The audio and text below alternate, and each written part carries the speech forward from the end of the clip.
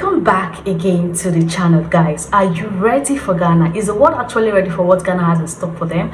I don't think the world is actually ready for what Ghana is about to dish out to the world, because as it stands right now, this 2026, the government of Ghana have made plans to make sure that Ghana is fast developing, that Ghana is now more than Japan, more than Hong Kong, more than America. In fact, Americans will be coming to Ghana to come and trade because what they have for us this year, even me myself, I did shock. But without further ado, let's watch the video to hear what they have to say, and don't forget to like the video, share this video, and please subscribe to the channel if you've not.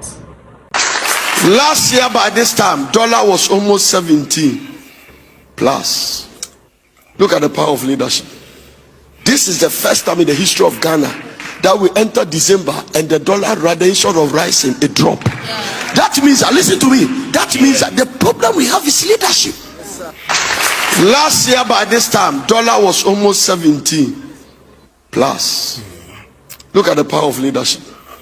This is the first time in the history of Ghana that we enter December and the dollar, rather instead of rising, it dropped.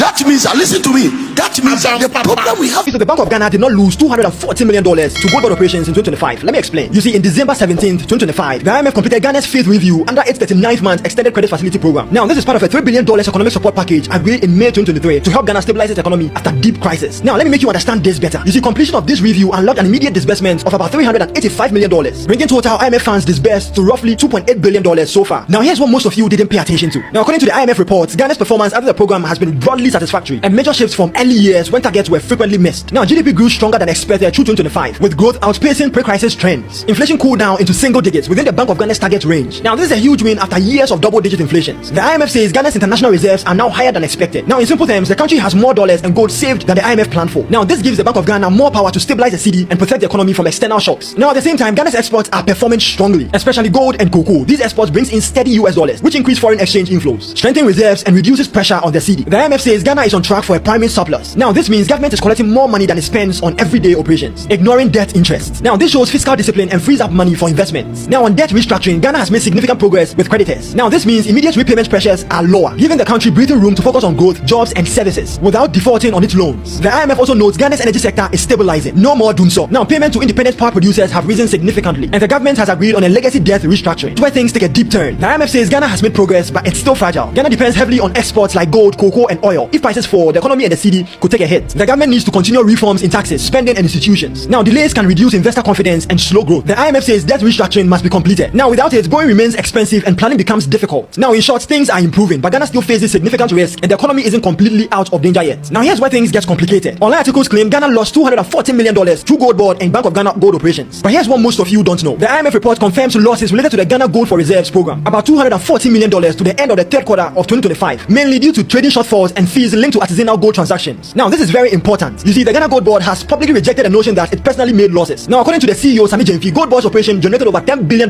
in foreign exchange in 2025 alone, purchasing more than 100 tons of small-scale mining gold for the Bank of Ghana. Now, that inflow helped push Ghana's reserves to around $12 billion, while the cedi appreciated by over 35% against the dollar, something that hasn't happened since 2007. He also said Gold Board is barely 8 months old. For now, it acts as an agent. He further said from January 2026, it will take full control of the ASM gold trading program, buying, selling, and trading gold directly, removing any future confusion over fees entirely. Now, the Bank of Ghana also says these loss claims are premature and speculative until audited financials are published. As a matter of fact, the IMF report shows $240 million loss on paper related to gold reserves. But this doesn't mean the Gold Board is bankrupt or Ghana has wasted money. It's just about how the accounting is done on paper, a technical detail, not a sign the economy is collapsing. So now here's what the IMF review means for everyday Ghanaians. Prices are stabilizing, so your money stretches further. The government is spending wisely, investing in services without overborrowing. But risk remains. Falling commodity prices, debt issues, or delays in reforms could still affect jobs and prices. Stability is improving, but caution is still needed. The IMF has completed Ghana's fifth review and approved a new disbursement, noting that overall performance has been broadly satisfactory. Some headlines claim the economy is collapsing, but the fact is stabilization is happening, growth is improving, inflation is down, reserves are stronger, and fiscal targets are being met. But the IMF also warns that reforms must continue. Progress is real, but the work isn't finished yet. So now my question is, if Ghana is making real progress, growth is up, inflation is down, reserves are strong, and fiscal targets are being met, why is the country still borrowing? Let us know your thoughts in the comment section. Don't forget to like, comment, and repost this video for more contents like this. I mean, if you have to score the president over 10, what would your mark be?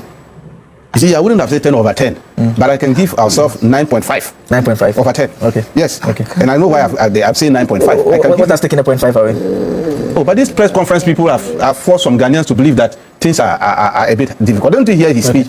He's saying that that parents are finding it difficult to take care of themselves. Which parents? Is it MPP parents is referring to? Okay. All right. That's what they are talking of. That's why I said, okay, for the benefit of the doubt, we can give ourselves 5.5.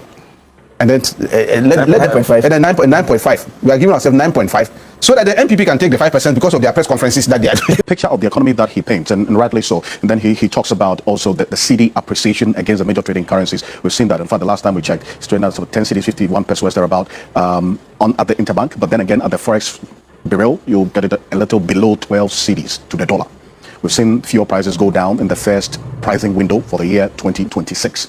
The fundamental question on the minds of many is how these gains can be sustained going into the most part of the year 2026, and to take into consideration a number of things that will be happening. We're going to have it to think about how to settle our external debts, and as well as also as the Bank of Ghana is going to reduce its footprints in the forex market as well, as to how much they would put in terms of intervention to show up the value of the cedi as well. It's one that we'll look at other policy alternatives to sustain these gains that we have seen. These are the questions I'm going to be asking as the days, weeks, and months go by. But this is it.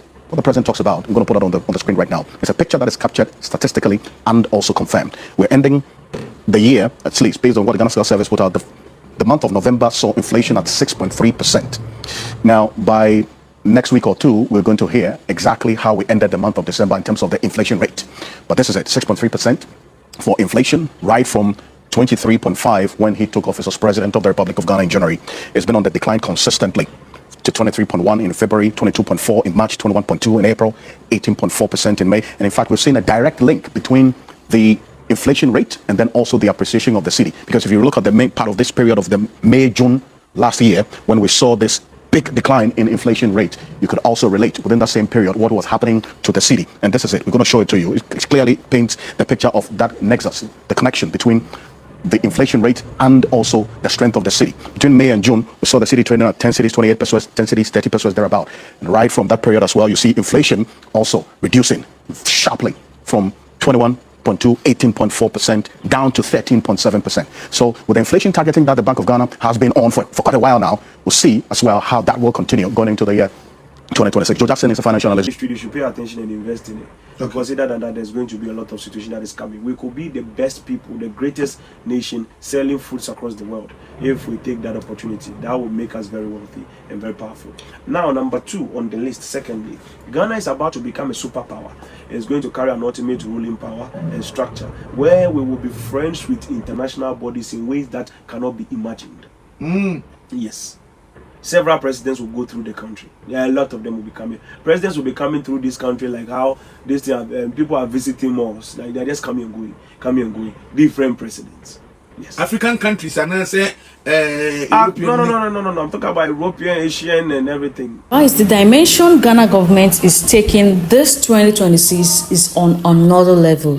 Like this year, they have done a lot of strategic plan to make sure that they accomplish their goal.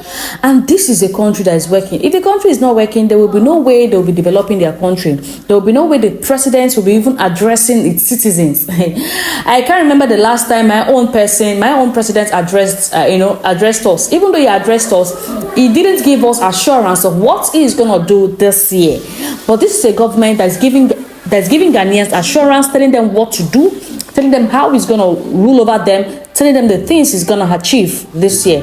This is actually very amazing to see a government that is working hard to make sure that their people, his own people, his citizens, they are living very, very well. Let me know what you think in the comment section. Please don't forget to like the video, share the video, and subscribe to the channel.